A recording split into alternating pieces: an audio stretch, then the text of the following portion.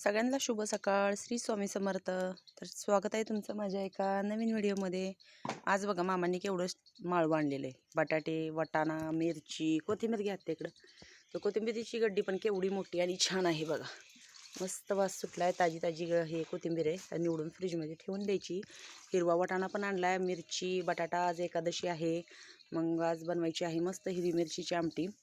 तर मामा गेले ते घेवडा घेऊन हे करायला बार्शीमध्ये द्यायला. तर घेवडा गेलेला आहे आमचा 15 रुपये किलोनी. आणि मग येताना मामाने तिकडं हे असतं, स्वस्त असतो भाजीपाला बार्शीमध्ये. तर मग येताना खूप सारा भाजी, म्हणजे हे भाजी सगळे घेऊन आले.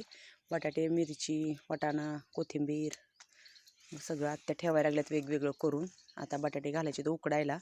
मी ठेवला आहे असा छान चुलीवर चहा. आज राहिलेला घेवडा तोडून घेतो, काय करणार झाडाला तर ठेवून. मग कामं उरकतात एक एक.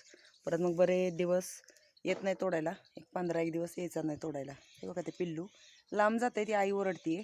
ते लांब गेलं की ते आई ओरडते, ते उड्या मारत मारत लांब जाते. गणेश गेला आज सकाळी शाळेत. माऊची चालू आहे आमच्या साफसफाई तोंडाची. ते बघा तोंड चकाचक करणं चालू आहे. ओरडून झालेलं आहे.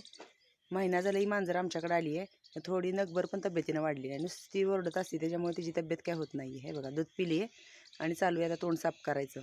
तुमची सोना तिकडे झोपली आहे, तिकडे त्या ह्याच्यामुळे दिसत नाही आहे. ह्याच्यावर बेडवर झोपली आहे. शेर आहे तिथं तो धान्याचा, त्याच्यामुळे दिसत नाही आहे. मग आज काय एकादशी असल्यामुळे सगळ्यांनाच हिरवी मिरचीची बटाट्याची आमटी बनवायची. थोडी भगर आणि थोडा साबुदाणा. मावशी येणार आहेत दोघीजणी. तर चला आवरतो पटपट.